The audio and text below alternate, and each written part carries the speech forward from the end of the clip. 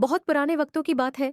हिमालय के दामन में बसा एक खूबसूरत मुल्क था जिसका नाम माहिस्तान था। ये मुल्क अपनी हरियाली, झरनों और अदल व इंसाफ के लिए मशहूर था।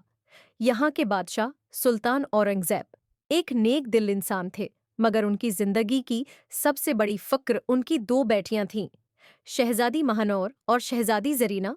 महानौर जो बड़ी थी, उसका नाम ही उसकी शख्सियत की इक्कासी करता था। उसका चेहरा चौधुएं के चांद की तरह प्रस्कौन था और उसकी आवाज में ऐसी मिठास थी कि परिंदे भी चहचहाना छोड़कर उसे सुनने लगते। वो अक्सर शाही महल की दीवारों से बाहर निकलकर गरीब बस्तियों में जाती, बच्चों को कहानियां सुनाती और बूढ़ों की खिदमत करती। उसके लिए शहजादी होना एक अहदा नहीं, बल्कि एक जिम्मेदारी थी। उसके ब्राक्स छोटी शहजादी जरीना अपनी खूबसूरती में बेमिसाल थी। उसकी आंखें नीलम की तरह चमकती थीं, मगर इन आंखों में एक अजीब सी चुभन और तकबर था। उसे कीमती रेशम, हीरे जवाहरात और लोगों की झकी हुई गर्दनें देखना पसंद था।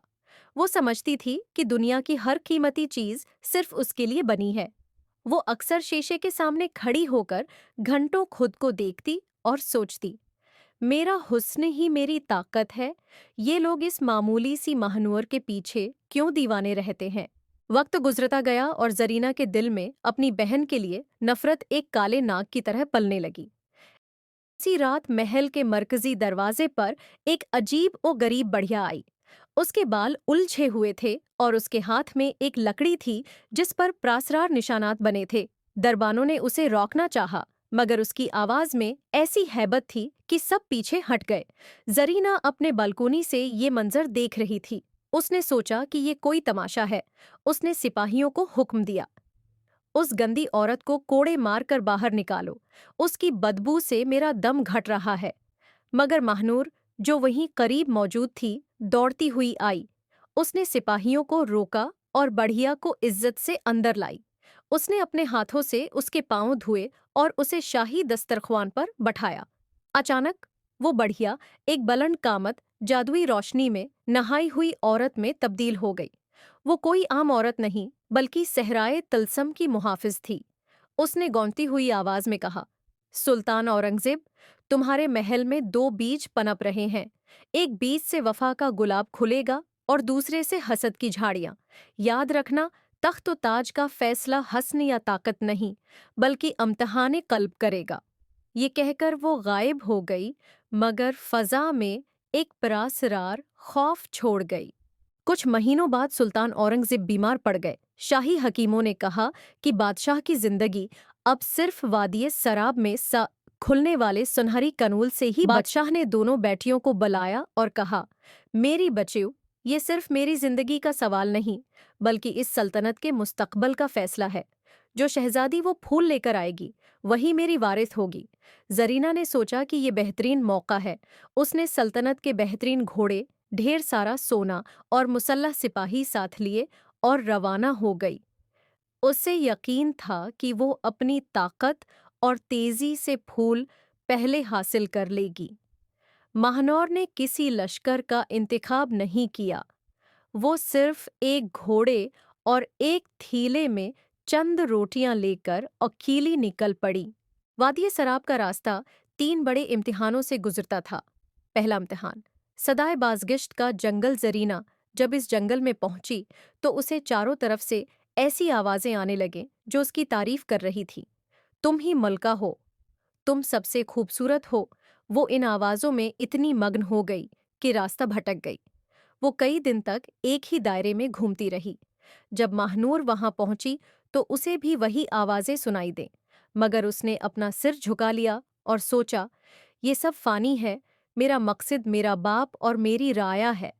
उसकी आजिज़ी ने जादू का असर खत्म कर दिया और उसे सीधा रास्ता मिल गया। दूसरा इम्तहान, प्यासा मुसाफिर। रास्ते में एक बूढ़ा आदमी मिला जो प्यास से दम तोड़ रहा था। जरीना उसके करीब से गुजरी तो बूढ़े ने हाथ फैलाया। जरीना ने अपना घोड़ा तेज कर लिया और चलाई। हट जाओ बढ़े, मेरा वक्त बहुत कीमती है। मैं एक मामूली जान के लिए सुनहरी फूल नहीं खो सकती। महानौर जब वहां पहुंची तो उसके पास सिर्फ एक सराही पानी था। उसने बगैर सोचे वो सारा पानी इस बूढ़े को पिला दिया। और अपनी रोटी भी उसे दे दी। बूढ़े ने मुस्कुराकर उसे एक काली रस्सी दी और कहा, बेटी, जब तुम झील पर पहुंचोगी तो ये रस्सी तुम्हारी ढाल बनेगी। आखिरकार दोनों बहनें वादी सराब की नीलम झील के किनारे पहुंचे। झील के बीचों बीच एक चट्टान पर वो सुनहरी कनूल चमक रहा था, जिसकी रोशनी सूरज को मात दे रही थी। जरीना ने, जो पहले पहुंची थी, झील में छलांग लगा दी, मगर जैसे ही उसने पानी को छुआ, पानी आग के शॉलों में बदल गया। मगर उसके गुरूर ने झील को दुश्मन बना दिया था। महानूर खामोशी से किनारे पर खड़ी हुई। उसने वो काली रस्सी, जो दरअसल एक जादुई पल था, पानी पर डाली। रस्सी एक खूबसूरत रेशमी रास्ते में बदल गई। महानूर चलती हुई फूल के पास पहुंची। जब उसने फूल तोड़ना चाहा तो फूल से एक आवाज आई, ऐ शहजादी, तुमने प्यासे को पानी पिलाया, गुरूर को खाक में मिलाया, अब तुम उसकी हकदार हो। मगर याद रखना, तुम उसे बचा सकती हो जो तुमसे नफरत करता है।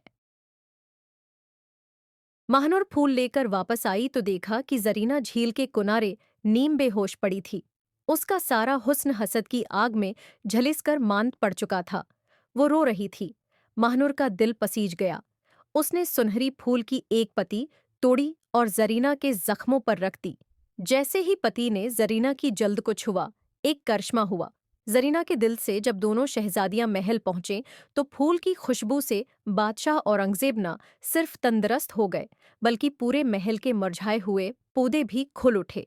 बादशाह ने महानूर को मलका करार दिया, मगर महानूर ने जरीना को अपनी दस्तिरास्त वजीर आजम बनाया।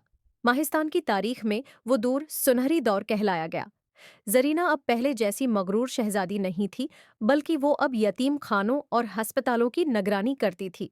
लोग अब दोनों बहनों से यकसा मोहब्बत करते थे। नतीजा, खूबसूरती सिर्फ एक पर्दा है जो वक्त के साथ हट जाता है, मगर सीरत वो खुशबू है जो इंसान के मरने के बाद भी दुनिया को महकाती रहती है। हसद करने वाला हमेशा पीछे रह जाता है और दूसरों के लिए रास्ता बनाने वाला खुद ब खुद मंजिल पा लेता है।